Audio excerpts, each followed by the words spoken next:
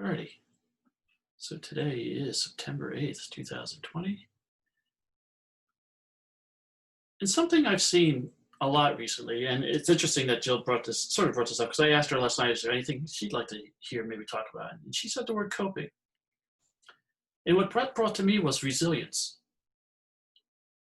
Okay, coping, what things can we use to cope with the tough stuff that's going on right now? That's one.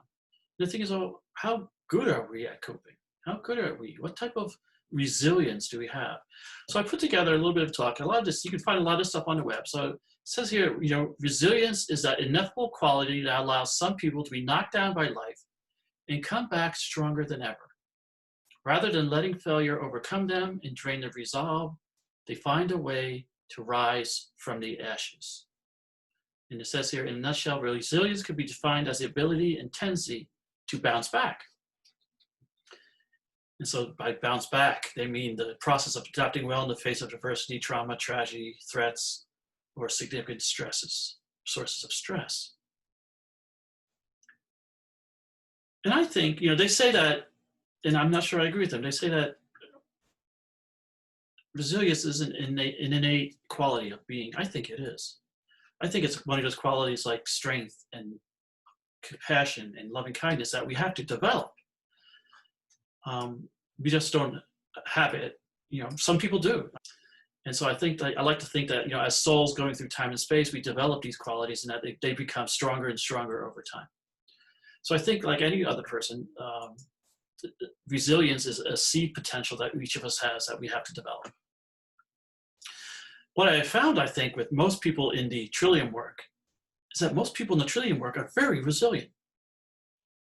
And to me, resilience is this idea that as we're going through childhood, we recognize that all the crap that's going on around us never completely breaks us. I mean, we always have a sense that, wow, there's something wrong here, but I really don't want to be part of that wrongness. It doesn't mean that we don't get conditioning around things and things like that, but there's some level of something inside of us that says, but I'm not going to break. I'm not going to completely disappear into this madness that they call humanity and culture. Somehow or other, I have found that most of the people, and I think that's what brings them to the Trillium work or the Waking Down work in the first place, was that this is a place where people who have had exceptional trauma, typically, have come through, I'm not going to say unscathed, but yet there's something deep inside of them that still says, I still want to be well, and I can be well, and that there is a sense of wellness here, and I sort of know what that sense of wellness is, and there are times that I doubt it. But it doesn't mean it's not there. It doesn't mean I don't have it. But I'm doubting it right now. And that's what they taught us, is to doubt our essential qualities. Okay? And it's from that doubt that we get into all this stuff of the conditioning and the I don't knows and the things like that. But I found that most of the people in Trillium are willing to say, I'm going to look at my doubt about that and see if it's actually true. I'm willing to sit in this place that's a little untidy right now and say, wow, this is a mess. And then when I look back at my family, yeah, but my family was a mess, and I didn't have a model of what not mess was. And so this is why I think the Trillium work is so good, is that there's a number of teachers who are not mess or have worked a lot on mess. And so we get an example of people who have looked at the mess and say, it's not quite as messy as we thought it was. And this is some ways of looking at, resilience or power or love or unconditional kindness or unconditional love or compassion or loving kindness, whatever. So all these seed qualities are there, and we've been taught to doubt them. But yet we still have this quality underneath that says, yes, but they didn't destroy them in me. Because I still know what peace is. I still know what love is. I know that that's not peace when I'm looking out there at these people fighting. That's definitely not peace. When battles are going on, that's not peace. Okay? Some people say, yeah, more guns, peace. Okay, more weapons, more this, more that makes peace. No. Peace is a sense of an innate quality within your being that is calm, still, present, brings you into the now. It just feels very abiding. And yet, we recognize that I don't feel like I'm at peace right now. But yet we still have that sense that I know exactly what it is, but I'm not there. And a lot of people say, well, that's just the ego saying it knows what it is. I don't think so. I think at some level, we are innately know our qualities and we know what doesn't represent them. But what we fail to realize is that when we say that, we're also saying we know exactly what it is, which means there's a sense of that quality already present. We've already developed that sense of quality. Again, resilience is one of these things. And so sometimes I put other words with resilience, like the word grit. And unfortunately, grit doesn't really do it for me. I mean, grit, they say, is more of a sustained effort over a long period of time. I'm willing to do this for a long period, really put my nose to the grindstone, do the work. Resilience tend to be, I'm resilient in the moment, and not necessarily a long-term thing, but it is a long-term quality. It's always there. Okay. And so, here's a bunch of people give various characteristics of resilience. It's the capacity to make plans, You find that people who really get stressed out and are losing it and just have lost all sense of bearing have a real hard problem making plans. Okay, but resilience is that probability that, wait a second, I can still make a plan here. I can still do this. Something can still happen here. All's not lost. Something can move on. It also has a tendency to be more confident in your strength and your abilities. You can still problem solve. Typically, there are times when we get lost in our conditioning and things like that, and we don't feel like we can problem solve. But then we come back and say, oh, yes, I can. And so along with that, I think, is that ability to maintain perspective. Namely, resilience allows you to step back from the situation, actually evaluate it, not just from your point of view, but others' points of view, and saying, what the hell is actually going on here? And that it is possible to get through what I'm going through right now. It's also the capacity to manage strong feelings and impulses. And I think this Trillium work, is definitely shows how much people are willing to sit in their strong emotions and strong impulses and say, wow, this is tough work. This is grueling work, but I have the capacity to work with it. I have the capacity to do it. So other things they find traits with people who are resilient is they tend to be, the self-esteem is better. Again, they have rational thought processes. They tend to have more humor, see more humor in the world. They tend to have more moral strength and integrity. Again, these are all various essential qualities that we have, okay, that actually are fundamental to the quality of resilience. So all these things are necessary, in a sense, for resilience to really be present, okay? So, I found one PDF, and I can send this PDF to you folks if you want, which talks about 10 ways to build resilience if you're having problems. So the first one they give is making connections. Having good connections with other people, having community in which you can speak your mind, speak your truth in, is really important. If you don't feel that you have any community or anywhere where you can actually say, oh my God, this is what's happening to me right now, you're going to feel hopeless, you're going to feel helpless, and you're going to have that sense of dread, okay? That's really the undermining factor of resilience. Okay, resilience says, I can go through this. A lot of times I can go through this in my community. It's hard for me to do it. And so we're building up that sense of resilience, but we do it by doing it with friends, family, if our family is still capable of doing it, okay? Any type of organization that we want to belong to. Any place that we get assisting others in their time of need, okay? All right, and it's that type of thing. So we have to make sure we have a strong community. And one thing that this Trillium fosters is a strong sense of community. They tell you to get, again, they always tell you, have a psychiatrist or psychoanalyst available to you, mentors, do the peer gazings, the peer groups, do the sittings and things like that. Build the community. So when you come on and say, oh my God, this month has been such a freaking pain in the butt. I need just to vent a little bit, and you guys here can hold me in that space. But if we don't feel like we can do that anywhere, we don't feel safe doing that, we'll hold it back in, and it undermines everything that's going on. Again, here's the thing I said about perspective. The second one, avoid seeing crises as insurmountable problems. Okay, the one thing you can't change is what's going on. It's happening. It's your response to that we can look at.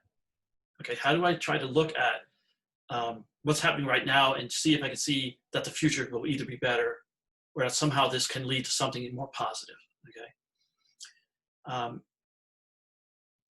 And anything that can say, okay, I can get through this situation, right? What is this problem I'm going through? Oh my God, but recognize this is allowing us to sit down, and again, this is the planning. Can I look at this problem and actually make steps that are achievable in this moment so I can move on from where I'm at.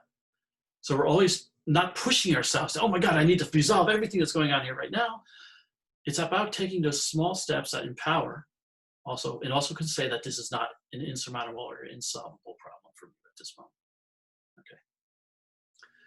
This third thing they have here is accept that change is part of living. Oh my God, how much we hate that. The fact that things are going to change, and they are going to change. And not only that, they're going to change when we least want them to change. Okay, and just recognize that change is always going to happen. And just recognize, oh, I'm in the middle of change right now. Can I feel that? And allow those emotions that come up, those strong emotions around change to come up and say, wow, I'm really uncomfortable right now. I really don't like what's going on right now here. I need to talk with somebody. Again, going back to community, I need to talk with somebody because I'm feeling like everything underneath me is shaking, and I don't have that stability. I need someone to help me get grounded again. Okay, because this change that's going on right now seems so huge. And again, this is perspective, is it? And another person can really help you give one perspective. They can also help you reframe what's going on. Sometimes looking at it from just a different angle, you can say, oh my God, I didn't even think of that this way.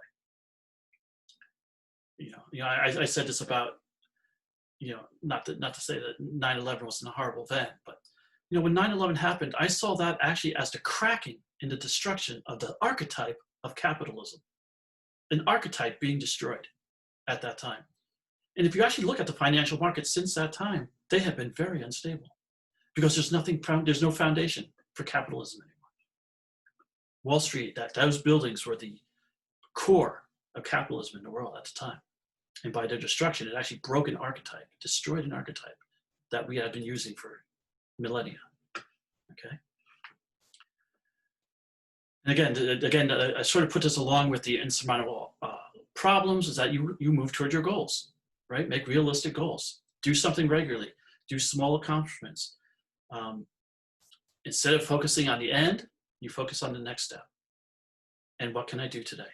What is the one step I can do today that will make this seem a little less than it was earlier today? Okay. And when you do that, you take a decisive action. Now I'm going to do this. Here's my goal I want to do. I have to take this step. Now I have to do this step. Okay. Instead of hoping that problems go away, instead of dissociating from them, say, no, I'm going to step right into this.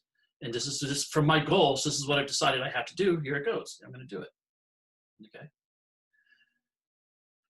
The sixth one they have here is looking for opportunities for self-discovery. How can this situation tell me more about who I am? How can this situation tell me more about which essential qualities I might actually be exploring at this time? Am I being asked to step into my power? Am I being asked to step into my patience, my loving kindness, my compassion? Right? What is actually being asked for in this moment? If we think that we're here to learn, and that's a possibility. I'm not saying that's true, but it's a possibility. If I'm here to learn something about myself as a soul, then somehow or other, me being involved with this situation is there for me to learn. I had a friend had an experience. She was doing mushrooms. I do a lot of psychedelic work with people, and she was doing mushrooms. And she said she had experience of really talking to her soul. And what the soul said is, all I want to do is experience. It didn't say good or bad. It just said, all I want to do is experience. Because from both sides, everything is a learning lesson. The negative can be used to foster positive qualities about myself. Okay. So this is like, look for the self-discovery.